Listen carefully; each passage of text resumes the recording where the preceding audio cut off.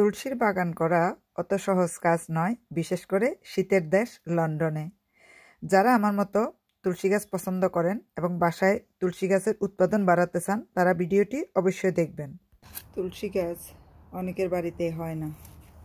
ঠান্ডার দেশে লন্ডনে বসে বা ইউরোপের যে কোনো ঠান্ডার দেশে আপনি যদি তুলসী গাছ করতে চান, কিভাবে করবেন বললেই তো হবে না। অনেকে বছরের পর বছর চেষ্টা করেও কিন্তু তুলসী গাছ হয় না।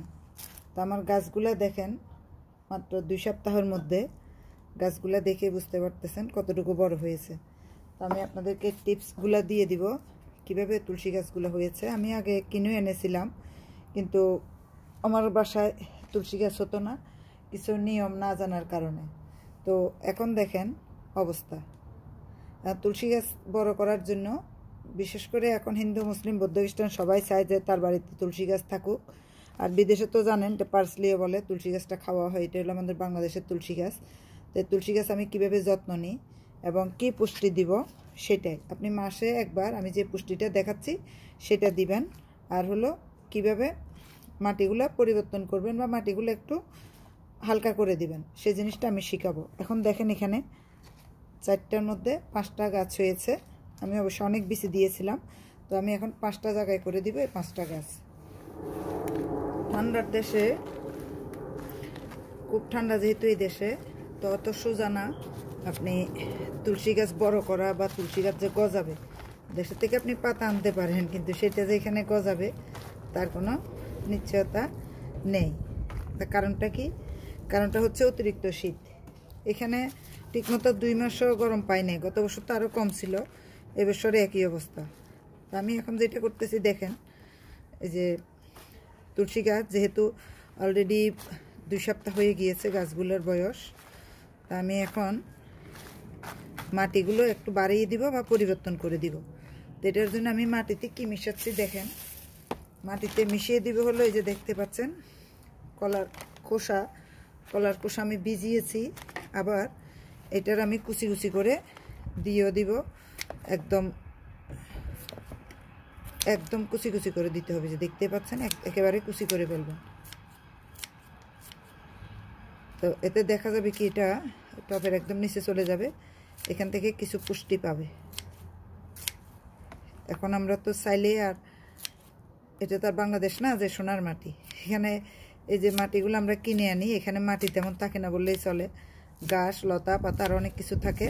আমার আজকে শুকনো পাতা নাই, শুকনো পাতা দিলাম না। জাস্ট এই কলার খোসাগুলাই, একটা কলার খোসা আমি মিশিয়ে নিব এখানে টবগুলোতে দেওয়ার জন্য।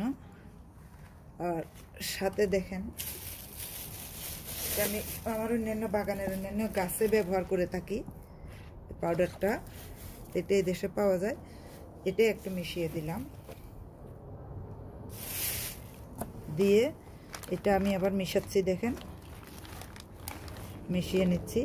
এই পাশে টবগুলোর মাটিগুলা একদম শুকিয়ে গিয়েছে, এগুলো ভিজিয়ে দিচ্ছি একটু। আর সাথে আরও দিয়ে দিচ্ছি, দেখতে পাচ্ছেন এগুলো হলো চা পাতা।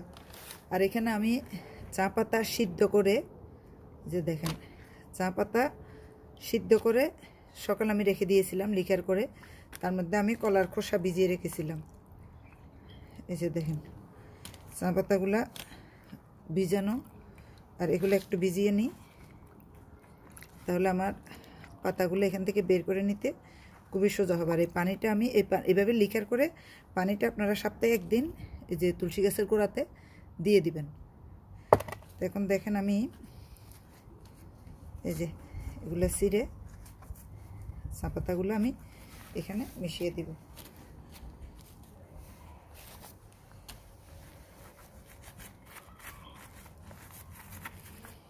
চা পাতা যদি আমরা দিই লিকার করে, আর এই যে চা পাতাটা দিয়ে দিচ্ছি হলো সার হিসাবে, আর চা পাতা সিদ্ধ করে যে লিকারটা সপ্তাহে 1 দিন দিয়ে দিবেন হলো গাছের গোড়াতে। তারপর গাছগুলা বাহিরে রাখবেন না, রেখে দিবেন হলো ঘরের মধ্যে, গরমের মধ্যে। গরমে বাইরে রাখতে পারেন, শীতকালে আপনারা মোটেই তুলসী গাছ ঘরের বাহিরে রাখবেন না, রাখলে সেই গাছটা আর হবে না।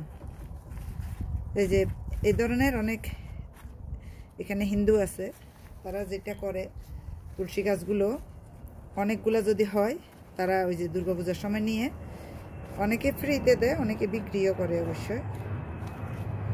তো পূজার সময় যা থাকে সেটা অনেকে বিক্রি করে দেয়, কিন্তু আসলে বিক্রি করে হলো মন্দিরে, কেউ ব্যক্তিগতভাবে না। টাকাটা তারা মন্দিরের জন্য রেখে দেয় আর কি।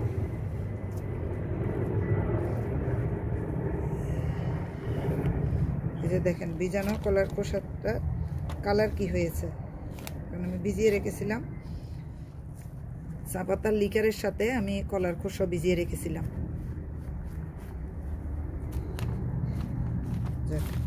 এখন দেখেন এটুকু, এটা মোটামুটি রেডি। এখন আমি পরিবর্তন করে দিব।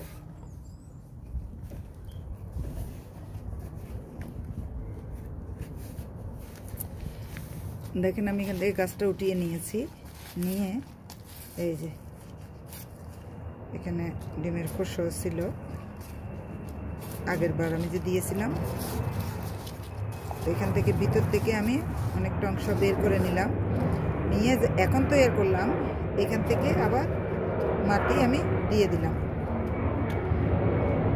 কম্পোস্ট মেশানো বেশি করে মাটি দিয়ে এই যে এভাবে আমি গর্ত করে নিলাম, নিয়ে এখানে মাটি দেখেন একটু সরিয়ে দিয়ে আবার টবের মধ্যে আমি দিয়ে দিলাম। কয়দিন পরে পরবর্তীবার 1 সপ্তাহ পরে আমি যখন পাল্টাবো তখন বড় টবের মধ্যে দিয়ে দিব। এখনও আমি ছোটো টবের মধ্যে রেখে দিচ্ছি। দেখতে পাচ্ছেন এগুলো আমি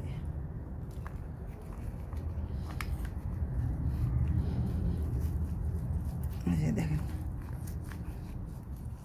ছোটো টবের মধ্যে এভাবে যে দেখেন আবার পরিবর্তন করে এখন এই যে লিকার বানিয়েছিলাম, একটু লিকারও দিয়ে দিলাম, দিয়ে উপর থেকে আরও একটু এই যে মাটি দিয়ে দিলাম। এখন দেখেন দেওয়ার পর যেটা তো আছে, দেওয়ার পর আমি যেটা করব, আমার অনেকগুলো এরকম টব আছে, এটার মধ্যে আমি বসিয়ে দিব। এই যে বসিয়ে দিলাম, তাহলে একটা রেডি হয়ে গেল। এভাবে আমি সবগুলা গাছ রেডি করে নিব। এখানে একটু আগে লিখে দিয়ে নিই, তাহলে মাটিটা নরম হবে, আমার গাছটা উঠাতে খুবই সহজ হবে। এই যে গাছটা আমি উঠিয়ে নিলাম, শিকড় অনেকটা কেটে গিয়েছে, অসুবিধা নেই, যেটুকু শিকড় আছে ওইটুকুতে হবে। যে দেখেন মাটি আমি এভাবে উপড়িয়ে দিয়ে এখান থেকে কম্পোস্ট মেশানো মাটিটা একইভাবে আমি দিয়ে দিলাম, দিয়ে ঠিক এভাবে আবার তুলসী গাছটা পুঁতে দিলাম। আমি ঘরে রেখে দিবেন, অনেকে রান্নাঘরে রাখেন, যে ঘরটা আপনার গরম, বেডরুমের জানালায়, রান্নাঘরের জানালায়, যেখানে আপনার জায়গা আছে, যে ঘরটাতে আপনার গরম, সেই ঘরটাতে আপনি এভাবে গাছটা নিয়ে রেখে দিবেন। যে দেখেন এখন এটা বানাবো,